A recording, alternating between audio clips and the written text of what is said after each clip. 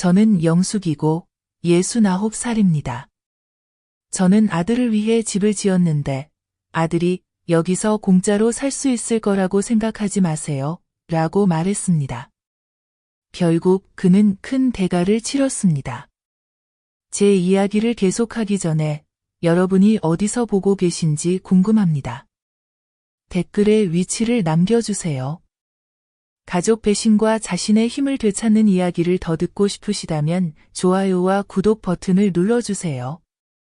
다음에 일어난 일은 신뢰가 얼마나 깊게 깨질 수 있는지, 그리고 얼마나 단호하게 되찾을 수 있는지를 보여줄 것입니다. 저는 40년 넘게 A 회사에서 일하면서 긴 휴가도 가지 않고 주말과 휴일도 희생하며 탄탄한 연금과 저축을 쌓았습니다. 언젠가 가족과 함께 경제적 걱정 없이 노후를 즐길 수 있을 거라고 생각했기 때문입니다. 남편이 세상을 떠난 후에도 저는 가족집을 완벽하게 관리했고 누구에게도 도움을 청하지 않고 모든 청구서를 제때 냈습니다. 아들 지훈이 언젠가는 어릴 적 약속대로 나이든 저를 돌봐줄 거라고 믿었습니다. 장례식이 끝난 지 2년 후 지훈은 따뜻함과 걱정이 담긴 듯한 태도로 다가와 제 나이의 여성이 혼자 사는 건 위험하다며 그들의 꿈의 집계약금 마련을 도와주면 가족으로 함께 살 수 있다고 했습니다. 저는 모자간의 유대감을 믿었기에 망설임 없이 저축해서 $15만 지훈 계좌로 송금했고 서로를 지지하며 살아갈 미래를 만든다고 생각했습니다. 첫 해 동안 저는 매 끼니를 준비하고 집안 구석구석을 청소하고 빨래를 하고 매일 손자를 등하교시켰지만 고맙다는 말 한마디, 제가 이 집을 지탱하고 있다는 인정 한 번 듣지 못했습니다.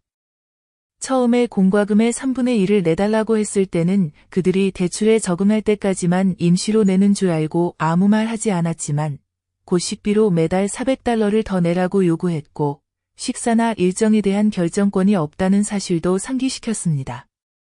2년이 끝날 무렵 제 짐은 창고 한 구석으로 밀려났고 남편의 사진첩은 잡동사니로 분류되어 박스에 담겼으며 친구를 집에 초대하려면 미리 허락을 받아야 한다고 했습니다. 제 존재가 집을 너무 붐비게 만든다는 이유였습니다. 모든 가족 모임 때마다 저는 방에 있으라는 정중한 부탁을 받았고 지훈과 그의 아내 지아는 손님을 접대할 때 노부모가 배경에 머무는 어색함이 싫다고 했습니다. 그들은 더 이상 저를 가족이 아닌 이미 돈을 내고 무급 노동을 제공하는 세입자로만 보는 것이 분명했습니다.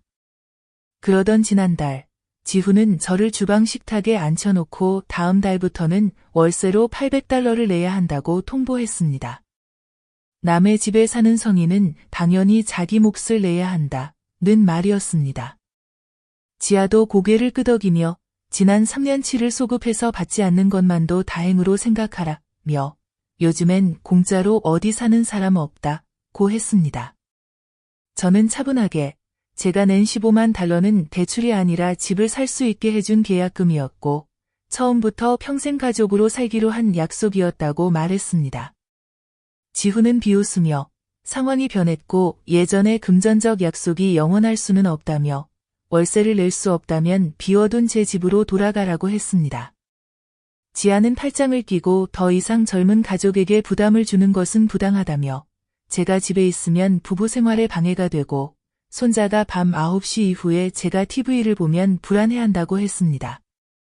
지훈은 즉시 월세를 내지 않으면 어쩔 수 없이 저를 내보낼 수밖에 없다고 했고 지금까지 여기 있게 해준 것만도 충분히 관대했다고 말했습니다. 저는 가만히 앉아 제 인생을 바친 사람들이 완전히 등을 돌리는 이야기를 들으며 이들이 저를 더 이상 어머니가 아닌 경제적 부담이자 그들의 안락함과 계획에 방해되는 존재로 여긴다는 사실을 깨달았습니다. 그 순간 저는 더 이상 제 돈이나 노동이 필요할 때만 저를 소중히 여기는 이들을 위해 요리하고 청소하며 희생하지 않기로 결심했고 그들이 빼앗아간 모든 돈과 평온한 세월을 반드시 되찾겠다고 마음먹었습니다. 몇 달 동안 저는 이들의 목소리에 스며드는 차가움이 일시적인 것이라 스스로를 설득하려 애썼지만 만나는 매 순간 저는 더 이상 어머니나 할머니가 아닌 대출을 갚아주고 집을 관리해준 뒤에는 쓸모가 없어진 침입자로 여겨진다는 사실만 확인할 뿐이었습니다. 3년 전 지훈이 제 집에 와서 제 외로움과 안전을 걱정한다며 계약금만 보태주면 가족과 함께 살 수 있다고 다정하게 말했던 것을 떠올렸습니다. 저는 그 말 한마디 한마디를 믿었습니다. 어떤 아들이 자기 어머니를 돈 때문에 속일 거라고는 생각하지 않았으니까요. 지아는 내 거실에서 차를 내오며 미소를 지었고 자신의 아들이 할머니에게서 가족의 가치를 배우며 자라고 내가 지아에게 나의 요리법과 전통을 가르치는 따뜻한 다세대 가정을 꿈꾼다고 말했다. 나는 남편을 잃은 슬픔 속에서 그들과 함께라면 아직도 삶의 목적과 소속감을 찾을 수 있을지도 모른다는 희망의 불씨를 느꼈다. 내가 자그미체 서류에 서명하고 지훈이 내게 거듭 감사 인사를 전하는 모습을 보며 나는 그들의 미래뿐 아니라 내 미래까지도 보장하는 것이라 생각했다. 내 외동아이가 내 관대함을 무기로 사마나를 통제하고 버릴 거라고는 한 번도 생각해 본 적이 없었다. 그들의 집에서 첫 해는 내가 자발적으로 한 집안일로 가득했다. 해 뜨기 전에 식사를 준비하고 끝도 없이 쌓인 빨래를 개고 손자를 학교에 데려다주고 데려오는 일을 날씨와 상관없이 했지만 그때도 감사의 말은 한 번도 듣지 못했고 내가 부분적으로 구입한 집임에도 내가 손님임을 상기시키는 경계가 은근히 생기기 시작했다. 지아가 공과금이 많이 나온다며 내 몫을 내라고 하기 시작할 무렵에는 이미 나는 불평 없이 요청받은 금액을 이체하는 데 익숙해져 있었다. 가족과 함께 사는 기회를 당연하게 여기지 않는 사람처럼 보이고 싶지 않았기 때문이다. 곧 지훈은 내가 그들의 음식을 먹으니 장보기 비용도 내야 한다고 했다. 내가 매 끼니를 직접 만들고 모두의 입맛을 맞추기 위해 내 연금으로 추가 재료를 사오는 일이 잦았음에도 말이다. 지아는 저녁 8시 이후에는 공용 공간 사용을 자제해달라고 요청했다. 부부가 함께 휴식을 취해야 한다는 이유였다. 나는 가족 대화나 기념일을 놓치게 되어도 무리하지 않으려 순순히 따랐다. 명절과 생일은 점점 모두가 모이는 자리가 아니라 이미 계획이 다 끝난 뒤에야 나에게 통보되고 친구들과 직장 동료들이 노부모와 함께 사는 걸 이해하지 못한다는 이유로 내 참석이 필요 없다고 정중히 거절당하는 자리가 되었다. 나는 가족의 화목을 위해서라며 모든 소외와 모욕을 묵묵히 견뎠다. 그러다 어느 날 지훈과 지아가 나를 앉혀놓고 손자의 사립학교 등록금을 내달라는 새로운 요구를 했다. 그들은 내가 처음 기여한 돈이 그들의 집에서 나를 키워준 대가라고 말하며 등록금을 돕는 것도 사랑하는 할머니라면 당연한 다음 걸음이라고 했다. 나는 이미 생활비와 집안일로 충분히 기여하고 있음에도 가족의 권리나 존중은 전혀 받지 못하고 있었다. 내가 처음 합의한 대로 추가 부담 없이 살게 해달라고 하자 지훈은 상황이 변했다고 했고 지아는 내 편안함을 손자 교육보다 우선시한다며 나를 이기적이라고 비난했다. 결국 그들은 등록금과 월세 모두 동의하지 않으면 나가달라고 했다. 그 순간 나는 그들의 진심에 대한 마지막 환상마저 완전히 깨졌다. 그날 밤 나는 눈물이나 절망이 아니라 그들의 착취를 끝내고 내 존엄을 되찾겠다는 결연한 의지로 방으로 돌아왔다. 또 한 해를 나를 짐과 지갑으로만 여기는 사람들을 위해 허비할 수 없었다. 그 후 며칠간, 지난 3년간 내가 자존심을 삼키고 인내와 친절만으로 관계의 금을 메울 수 있으리라 믿었던 순간들을 곱씹었다. 하지만 모든 기억은 내가 소중한 부모에서 무급 가사도우미로 바뀌는 과정을 상기시켜줄 뿐이었다. 지훈이 매일 해야 할 집안일을 손글씨로 써서 부엌에 두기 시작했고, 지아는 카페나 쇼핑을 다니며 내가 심부름을 해주는 것을 당연하게 여겼다. 그들은 내가 노년에 바쁘게 지낼 기회를 감사히 여겨야 한다고 했다. 하루 종일 청소, 요리, 손주 돌봄에 지쳐 힘들다고 말했을 때 지훈은 웃으며 예전 집에서 혼자 외롭게 사는 것보다 낫지 않냐며 내가 그 집에 있는 것이 마치 얻지 못한 특권인 것처럼 말했다. 지아는 예의조차 생략하고 내 습관을 참아주는 것만도 다행이라며 젊은 가족이 성장하려면 노부모의 간섭 없이 공간이 필요하다는 이유로 거실, 주방, 세탁기 사용 시간까지 규칙을 만들었다.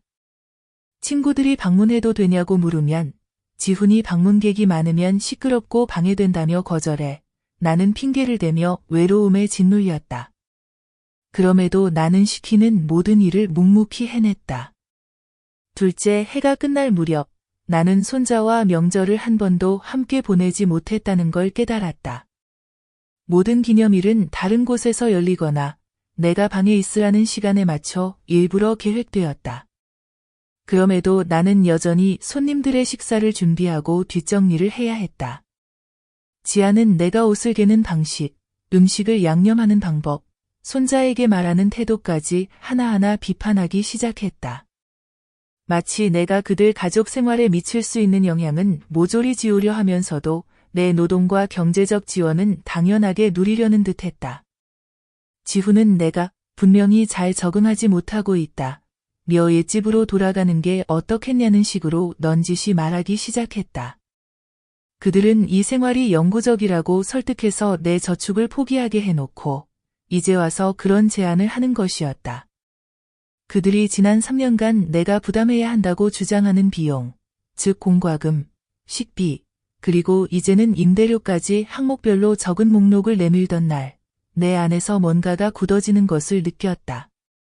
그제서야 나는 그들이 애초에 약속을 지킬 생각이 없었고, 이제는 나를 의존적인 무임승차자로 몰아가며 역사를 다시 쓰고 있다는 사실을 완전히 깨달았다. 나는 더 이상 그들과 다투지 않았다. 더 이상 가족으로 보지 않는 사람들에게 자비를 구걸하는 건 의미 없는 일임을 알았기 때문이다. 대신 나는 다가올 대립에 대비해 필요한 서류와 증거를 조용히 모으는데 모든 여유 시간을 썼다.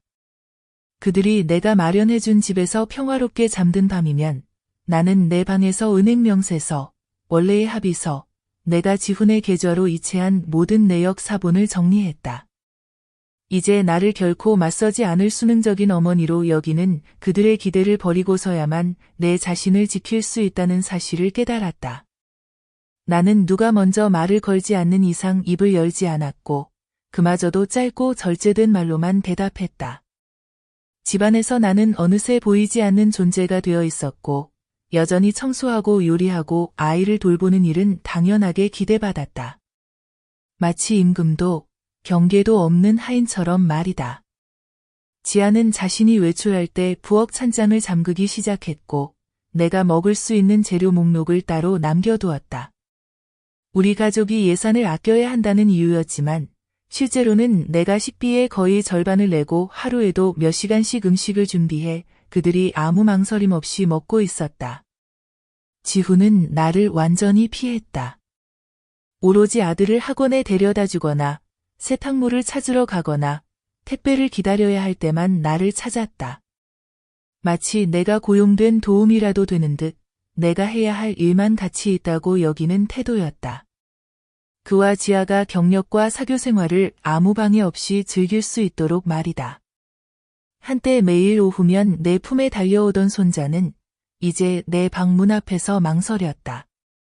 지아가 그에게 내가 너무 피곤하다, 거나 너무 바쁘다, 며 놀아줄 수 없다고 반복해서 말했기 때문이다. 우리가 가족이었던 초기에 쌓았던 유대가 서서히 지워지고 있었다. 내가 밤 9시 전에 거실에 앉아있는 드문 순간이면 지아는 나타나 가족의 휴식 공간임을 강조하며 나를 쫓아냈다. 나는 마치 침입자처럼 그들이 배정한 작은 방으로 물러서야 했고 심지어 남편의 사진도 잡동사니 라 적힌 상자에 감춰져 있었다. 지훈은 친척들에게 노부모를 부양하는 게 얼마나 힘든 일인지 불평을 늘어놓았다. 나를 짐처럼 여겼지만 실제로는 내가 대부분의 부모가 감당할 수 없는 지원을 해주고 집안이 원활히 돌아가도록 매일 애썼다. 어느 날 지아가 친구와 통화하며 내가 옛집으로 돌아가길 얼마나 기다렸는지, 그래야 드디어 숨 쉴 수 있다 고 말하는 걸 들었다. 그녀에게 나는 가족이 아니라 오로지 그녀가 누리는 안락한 삶을 위해 내 돈이 필요했던 장애물에 불과했다. 마지막 결정타는 지훈이 공식 통보서를 내밀며 즉시 임대료를 내거나 60일 이내에 퇴거하라는 최후 통첩을 건넸을 때였다. 그들은 내가 집의 기초를 마련해줬음에도 불구하고 나를 단순한 세입자로밖에 여기지 않았다. 나는 그날 밤 통보서를 들여다보며 더 이상 그들의 위선, 이중잣대, 그리고 나를 의존적인 노인으로 몰아가는 역사 왜곡을 참지 않기로 결심했다. 그들의 최후 통첩을 받은 다음 날 아침, 나는 아무 일도 없는 듯 행동했다. 내가 저항의 기미라도 보이면 그들이 더 대담하게 요구를 키울 것을 알았기 때문이다. 그러나 속으로는 그들이 만들어낸 내 의존성에 대한 거짓 서사를 허물고 내 돈뿐만 아니라 내 존엄성까지 되찾기 위한 모든 단계를 계산하고 있었다. 아침 식사 자리에서 지훈은 아들의 사립학교 등록금이 곧 나간다며 가족은 가족을 돕는 법이라고 말하고 내가 공과금과 식비 외에는 별다른 지출이 없으니 매년 1만 달러를 추가로 내는 것이 영광스러워야 한다고 했다.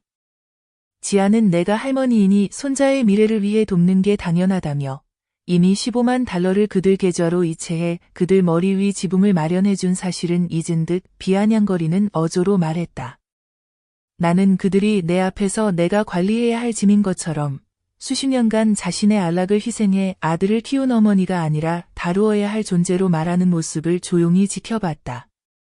그날 오후 늦게 지훈은 나에게 그들의 기대를 요약한 인쇄된 문서를 건넸다. 월세 800달러, 식비와 공과금 지속 분담, 그리고 자녀의 연간 학비 지원. 이 모든 것은 마치 내가 쫓겨나고 싶지 않다면 반드시 따라야 한다는 듯이 제시되었다. 지아는 수년간의 은밀한 조종이 마침내 나를 굴복시켰다고 믿는 듯한 승리의 눈빛으로 나를 바라보았지만 그녀가 모르는 사실이 하나 있었다. 나는 이미 3년 전에 서명된 원본 조건부증여 계약서를 찾아냈고 그것을 내 대응의 근거로 삼을 준비를 하고 있었다. 그날 밤 거실에서 TV를 보는 그들 곁에 나는 더 이상 있을 수 없었기에 나는 내 작은 방에서 지난 3년간의 모든 재정 기록, 은행 이체 내역, 이메일 교환을 검토하며 내가 제공한 경제적 지원뿐만 아니라 그들의 점점 심해지는 배제와 정서적 학대의 패턴을 입증하는 증거의 타임라인을 만들었다. 나는 몇 년 전 남편을 도왔던 같은 변호사 A에게 연락해 상황을 자세히 설명하며 나의 초기 기여가 내가 평생 가족 구성원으로 이 집에 거주한다는 조건에 따라 이루어졌음을 조목조목 밝혔다. 변호사는 그들의 월세 요구와 퇴거 시도가 원래의 계약 위반임을 확인해 주었고 15만 달러의 반환과 3년간 내가 제공한 무급 노동에 대한 보상까지도 법적으로 요구할 수 있다고 확신시켜 주었다. 나는 그 주 후반에 변호사 사무실에 미팅을 잡았고 그들이 필요로 할 수 있는 모든 문서, 지훈과 지아가 내 기여와 그에 따른 조건을 인정한 문자와 이메일 사본까지를 모으는데 이틀을 보냈다. 모든 파일을 깔끔하게 정리해 가방 옆에 두었을 때 나는 수년 만에 느끼는 명확함과 결연함을 느꼈다. 이제 더는 나를 소모품으로 여기는 사람들에게 존중을 구걸하지 않기로 했기 때문이다. 나는 모든 관련 문서를 정리하고 주소까지 달아 변호사 사무실에 들어섰다. 지훈과 지아가 또다시 역사를 왜곡하거나 내 기여를 아무 조건 없는 단순한 선물로 치부하지 못하게 하기 위함이었다. 변호사는 조건부증여 계약서를 검토하고 동거 조항이 나를 내쫓거나 사실상 공동생활을 종료시키는 조건을 강요할 경우 전액 반환을 요구할 법적 권리가 있음을 즉시 지적했다. 변호사는 그들의 월세 청구 시도와 가정생활에서의 배제, 추가 학비 요구가 원계약을 훼손하는 명백한 계약 위반으로 해석될 수 있다고 명확하게 설명했다. 변호사가 내가 원하는 결과를 묻자 나는 주저없이 내 돈을 전액 돌려받고 내 집을 팔아 새로운 거처를 마련한 뒤 아들과 며느리와의 모든 관계를 끊겠다고 답했다. 내가 겪은 배신 이후로는 더 이상 화해가 가능하다고 믿지 않았기 때문이다. 변호사는 일주일 내에 공식 반환 요구서를 보낼 수 있으며 지훈과 지아가 자발적으로 반환을 거부할 경우 법적 조치로 강제 집행이 가능하고 주택의 유치권까지 설정할 수 있다고 확신시켜 주었다. 사무실을 나서며 나는 두려움이나 후회가 없었다. 지훈과 지아가 무지나 스트레스가 아니라 오로지 계산된 이기심에서 행동하고 있음을 이제야 진실로 인정했기 때문이다. 나는 그날 오후 부동산 중개인에게 연락해 3년간 비어있던 내 집의 감정을 요청했고 그 지역의 수요 증가로 집값이 크게 올랐다는 사실에 놀랐다. 중개인은 내가 더 작고 관리하기 쉬운 아파트를 단번에 구입하고도 앞으로 수년간 넉넉히 저축할 수 있을 만큼의 매매가를 예상해 주었다. 앞으로 지훈이나 지아에게 의존할 필요 없이 자유로울 수 있게 된 것이다. 며칠 동안 나는 중개인과 만나 필요한 서류에 서명하고 그들의 집에 들고 온 몇 안 되는 개인 물건을 조심스럽게 챙기며 지훈과 지아가 내 계획을 알아채거나 나를 붙잡으려 하지 못하도록 비밀을 유지했다. 여러 아파트를 둘러본 끝에 접근성이 뛰어나고 건물이 안전하며 공동 편의시설이 잘 갖추어진 곳을 찾아 계약금을 걸었다. 내 집이 팔릴 때까지 그 유닛을 확보해두기 위해서였다. 이러한 준비를 마무리하면서도 나는 지훈과 지아의 집에서 평소처럼 식사를 차리고 집안일을 하며 순응하는 척했다. 그들이 변호사의 반환 요구서를 받기 전까지는 아무것도 눈치채지 못하게 하고 싶었기 때문이다. 집이 중개인의 초기 예상가보다 더 높은 가격에 팔렸을 때 나는 그 수익금을 지훈과 지아가 접근하거나 알 수 없는 별도의 계좌로 옮겼다.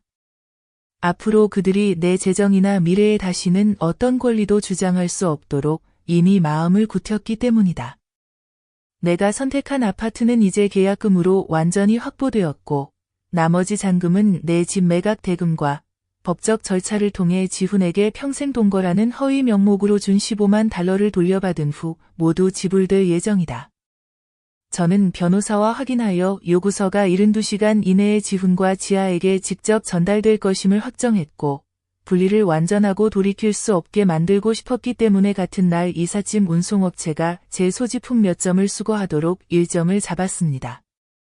저는 그들의 집에서 불평 없이 일상적인 일을 계속 수행했지만 지훈과 지아는 제 침묵을 체념으로 오해했고 심지어 제 앞에서 서로에게 제가 마침내 제 위치를 받아들인 것 같다. 며 앞으로 더 이상 논쟁 없이 월세를 내는데 동의할 것 같다고 이야기했습니다. 지아는 친구와의 통화에서 제가 월 $800를 내기 시작하면 그들이 주택담보대출을 재융자하여 휴가나 집수리에 쓸 현금을 마련할 수 있다고 자랑하며 이미 그들의 안락함을 위해 제가 투자한 노동과 돈을 얼마나 가치 없게 여기는지 드러냈습니다. 지훈은 아들의 비싼 여름 캠프 등록에 대해 아무렇지 않게 이야기하며 제 연금이 등록금을 부담할 것이라고 자신했는데 그의 말에 따르면 책임감 있는 할머니라면 손자의 미래를 위해 당연히 바랄 일이기 때문이었습니다. 저는 그저 정중히 고개를 끄덕였을 뿐인데 며칠 내에 그들의 조작과 탐욕이 전혀 준비되지 않은 결과로 이어질 현실에 직면하게 될 것을 알았기 때문입니다. 요구서가 전달되기 전날 밤, 저는 남아있던 개인 소지품을 가방과 상자에 조용히 포장하고 라벨을 붙여 이삿짐 운송업체가 도착했을 때 의심을 사지 않고 실어 나를 수 있도록 했습니다. 수년 만에 처음으로 편안히 잠을 잘 수 있었던 것은 더 이상 봉사와 감정적 학대의 굴레에 갇혀 있지 않다는 것, 그리고 다음 날이 그들의 제 삶에 대한 통제의 끝이자 저의 자유의 시작이 될 것임을 알았기 때문입니다. 다음 날 오전 10시 정각, 지훈과 지아가 평소처럼 일상을 시작하고 있을 때 초인종이 울렸고 변호사 A가 침착하지만 단호한 태도로 문서를 들고 들어와 단 한 번의 결정적인 순간에 그들의 권력에 대한 환상을 무너뜨릴 서류를 전달했습니다. 변호사 A가 공식 요구서를 들고 들어서자 지훈의 얼굴은 혼란에서 공포로 변했고 계약 위반 사실과 3년 전 그들의 주택담보대출을 확보하는 데 쓰인 $15만 즉시 상환해야 한다는 내용이 적힌 문구를 읽었습니다. 그 뒤에 서 있던 지아는 변호사가 무슨 권한으로 그런 메시지를 전달하냐며 따졌고 그 돈이 선물이었다고 주장하며 목소리를 높였지만 제 기여가 평생 동거와 명시적으로 연결된 서면 합의서가 있다는 사실을 외면했습니다. 변호사는 그들의 서명이 명확히 적혀있는 서명된 문서 사본을 조용히 내밀었고 그 속에는 저의 재정 지원이 추가적인 임대료나 조건 없이 집에 거주할 권리에 달려있다는 조항이 분명히 명시되어 있었습니다. 그들은 요구와 배제로 이 조항을 반복적으로 위반했습니다. 지훈은 일이 이렇게 커질 줄 몰랐다며 가족이라는 인연을 내세워 저에게 호소하려 했지만 그의 말 한마디 한마디는 제가 더 이상 그들의 계획에 편리하지 않게 되자마자 그 인연이 얼마나 빨리 끊어졌는지 상기시켜 주었습니다. 지아는 저를 배신자라며 가족을 돈 때문에 파탄내고 있다고 비난했지만 저는 지난 3년간 시간을 내고 노동과 정서적 안녕을 희생하며 그들에게 헌신했음에도 그들은 저를 관리해야 할 짐이자 비워야 할 지갑으로만 여겼다는 현실을 외면했습니다. 변호사는 상환 요구에 응하지 않을 경우 부동산에 대한 유치권 설정과 임금 압류 등 법적 절차가 진행될 것임을 알렸고 그들은 자신들의 행동에 대한 결과를 비로소 이해하기 시작하며 눈에 띄게 동요했습니다. 지훈은 상황을 고려할 시간을 달라고 요청하며 해결책을 찾겠다고 약속했지만 저는 더 이상의 협상이나 두 번째 기회는 없다고 이미 마음을 굳혔습니다. 다시는 착취와 약속 불이행의 굴레에 빠질 위험을 감수할 수 없었기 때문입니다. 변호사가 상환 기한이 명시된 마지막 문서를 건네는 동안 저는 묵묵히 서 있었고 지아의 손이 떨리고 지훈이 얼굴을 손에 묻는 모습을 지켜봤습니다. 그들은 처음으로 자신의 이기심의 대가와 마주하게 된 것입니다. 변호사와 함께 그들의 집을 마지막으로 떠나며 저는 뒤돌아보거나 위로의 말을 건넬 생각조차 없었습니다. 그들이 수년간 저에게 지은 무급 노동, 인정받지 못한 희생, 감정적 모욕은 몇 마디의 공허한 사과로 지워질 수 있는 것이 아니었기 때문입니다. 1시간 후 이삿짐 트럭이 도착했고 저는 미리 마련해둔 아파트로 제 상자들을 바로 옮기도록 지시했습니다. 그날이 끝날 무렵 지훈과 지아의 집에서 제 흔적은 완전히 사라졌습니다. 새 아파트에 정착한 순간부터 저는 3년간의 침묵의 인내가 어깨에서 내려가는 것을 느꼈습니다. 더 이상 가족으로 대할 의사가 없던 이들에게 상처 주지 않기 위해 매 말, 매 걸음, 매 숨결을 조심할 필요가 없었기 때문입니다. 곧 지훈과 지아는 변호사가 법적 절차를 개시하는 공식 서류를 제출하며 상환 기한이 권고가 아님을 깨달았고 만약 응하지 않으면 집이 압류될 위기에 처하게 되자 한때 자신만만하던 태도는 절박함으로 바뀌었습니다. 지아는 초과 근무를 시작했고 지훈도 회사에서 근무 시간을 늘렸지만 그들의 합산 소득으로는 기존 주택담보대출 상환과 새로 저에게 진 빚을 모두 감당하기엔 턱없이 부족했습니다. 그들은 제 관대함이 끝이 없을 것이라는 착각 위에 삶을 쌓아온 대가를 이제야 깨닫게 되었습니다. 한때 지훈이 나이든 어머니를 모셔간 것에 대해 칭찬하던 친척들은 내가 얼마나 많은 것을 기여했는지, 그리고 그 대가로 요구와 배제, 필요가 없어지자 나를 내쫓으려는 최후 통첩을 받았는지 차분히 설명하자 이제야 비로소 다른 이야기를 듣게 되었다.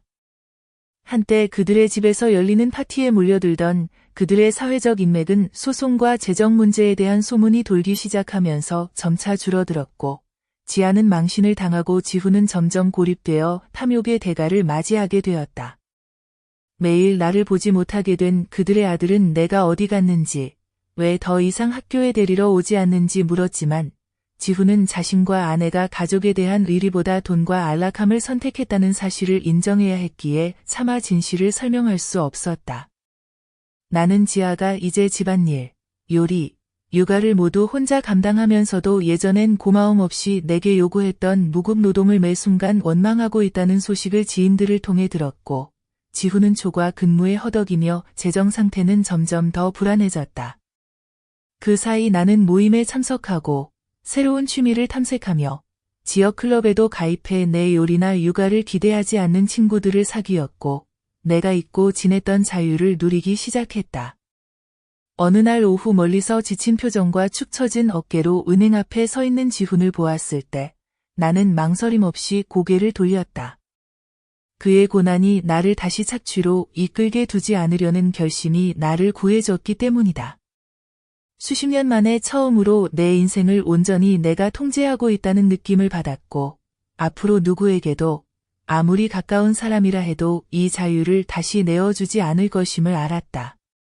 몇 주 만에 법원은 명백한 증거 덕분에 내 손을 들어주었고 지훈과 지아는 15만 달러 전액과 소송 비용을 갚아야 하는 판결을 받았으며 그들은 집을 지키기 위해 대출을 다시 받고 저축을 해약하느라 분주했다. 그 과정에서 나는 한 번도 그들에게 연락하지 않았다. 내 쓸모가 다하자 나를 얼마나 하찮게 여겼는지 이미 확인한 사람들에게 더 이상 할 말이 없었고 겨우 아물기 시작한 상처를 다시 열고 싶지 않았기 때문이다. 이웃들은 나중에 지아가 생계를 위해 개인 물품을 온라인에 팔기 시작했고 지훈은 먼 친척들에게 조용히 돈을 빌렸지만 그가 어머니를 어떻게 대했는지 알게 된 그 누구도 동정하지 않았다고 전했다. 그들의 아들은 나를 자주 찾았고 결국 지훈이 어느 날 밤 신경질을 내며 내가 가족을 버렸다고 말했지만 아이 역시 내가 학교에 데려다주고 숙제를 도와주고 부모가 바쁠 때 곁에 있어준 세월을 기억했기에 진실을 느낄 수 있었다. 지훈이 이야기 좀 하자 며 보낸 이메일에도 나는 답하지 않았다.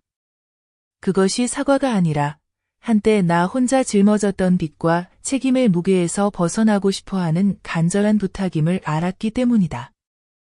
새 아파트에서의 아침은 수년 만에 처음 겪는 단순한 일과로 시작됐다.